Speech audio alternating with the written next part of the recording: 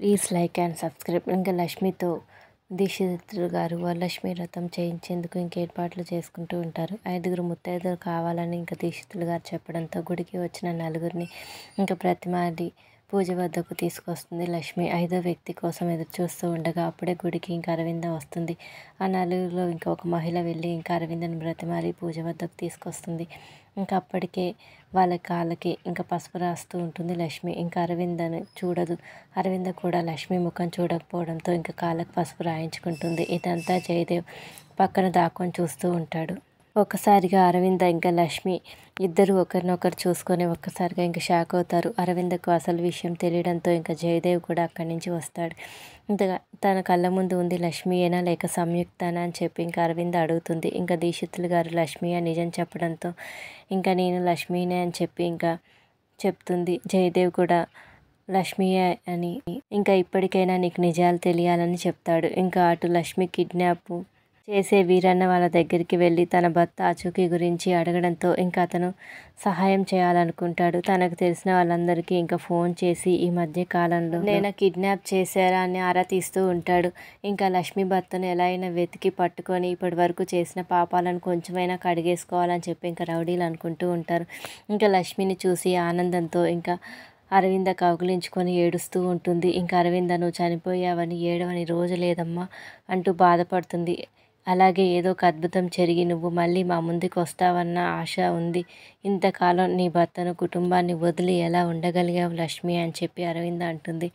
లక్ష్మి ఇంకా పరిస్థితులు నన్ను రాకుండా చేసాయి అత్తయ్య గారు, నా కాళ్ళకు ఉన్న సంఖ్యలు నన్ను రాకుండా చేశాయి అంటే ఇంకా అరవింద నీ కాళ్ళకు ఎన్ని సంఖ్యలు ఉన్నాయో నాకు తెలియదు, కానీ నువ్వు చనిపోయావని నువ్వు రావని తెలియక మా గుండెలు మాత్రం 1000 ముక్కలయ్యాయి. నీ రాక కోసం ఎదురు చూస్తూనే ఉన్నాము. లక్ష్మిని మాకు ఎందుకు దూరం చేసావని ఆ భగవంతుని ఎన్నిసార్లు నిందించాను. మా లక్ష్మికి ఎందుకు ఇంత అన్యాయం చేశావయ్యా అని ఎన్నిసార్లు నిలదీశాను.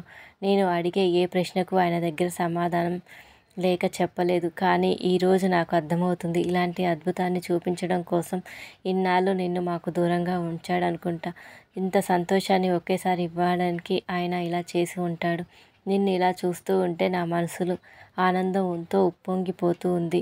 అయినా ఏంటి లక్ష్మి ఇది, నేను నీకు అంత కానిదాన్ని అయిపోయానా, అంత అవసరం లేని దాన్ని అయిపోయానా అని చెప్పి అంటూ ఉంటే ఇంకా లక్ష్మి అదేంటి అత్తయ్య గారు అలా అంటున్నారు అని చెప్పి అంటే ఇంకా అరవింద మరి కాకపోతే ఏంటి, నువ్వు చనిపోయావని నేను ఎంత కుమిలిపోయానో నీకు తెలుసా, నేను రోజు ఎంత బాధపడుతున్నానో నువ్వు చూస్తూనే ఉన్నావు, కానీ నీకు నిజం చెప్పాలనిపించలేదా అని అంటే ఇంకా లక్ష్మి చెప్పాను కదా అత్తయ్య గారు, నా చుట్టూ ఉన్న పరిస్థితులు నా చేతులు కట్టేశాయి అంటే ఇంకా జయదేవ్ లక్ష్మి ఏం చేసినా ఏదో ఒక కారణం తప్పకుండా ఉంటుందని నీకు కూడా తెలుసు కదా అని అంటే ఇంకా అరవింద ఇప్పుడు తన ఉనికి గురించి బయట తెలియకపోవడమే మంచిది, అందుకే తనని దాచుకొని అజ్ఞాతంలో బ్రతుకుతుంది, అంతేకాని నీ మీద ప్రేమ లేక కాదు అని చెప్పి అంటే ఇంకా దీక్షితులు గారు ఆయన ఆ భగవంతుడి ఎవరిని ఎప్పుడు ఎలా కలపాలో తెలుసు, అయినా మీ మధ్య ఇంత అగాధాన్ని సృష్టించడానికి ఏదో కారణం ఉండే ఉంటుంది, ఇప్పుడు హఠాత్తుగా కలపడానికి ఉండే కారణం ఉండే ఉంటుంది.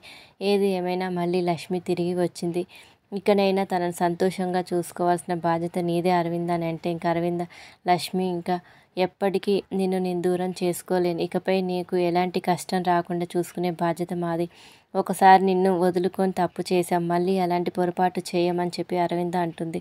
ఇంకా వీరన్న అందరికీ ఫోన్లు చేస్తూ మిత్రను కిడ్నాప్ చేసిన రమేష్ వాళ్ళ బ్యాచ్కి కూడా ఫోన్ చేస్తాడు. ఎవరినైనా కిడ్నాప్ చేశారని అడగగానే ఇంకా రమేష్ మిత్రను కిడ్నాప్ చేసిన సంగతి చెప్తాడు. తనని ఏం చెయ్యొద్దని వీరన్న వాళ్ళను కోరగా తాను ఏం చేయలేదు, మిగిలిన వాళ్ళు సాయంత్రంలోగా మిత్రని ఏదైనా చేయాలనుకున్నట్టు చెప్తాడు.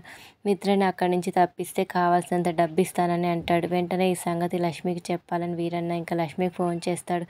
ఇంకా పూజలో ఉన్న లక్ష్మి ఆ సంగతి గమనించదు. వీరన్న పదే పదే ఇంకా ఫోన్ చేయడంతో లక్ష్మి ఫోన్ చూస్తుంది. Thank you for watching. Please subscribe my channel.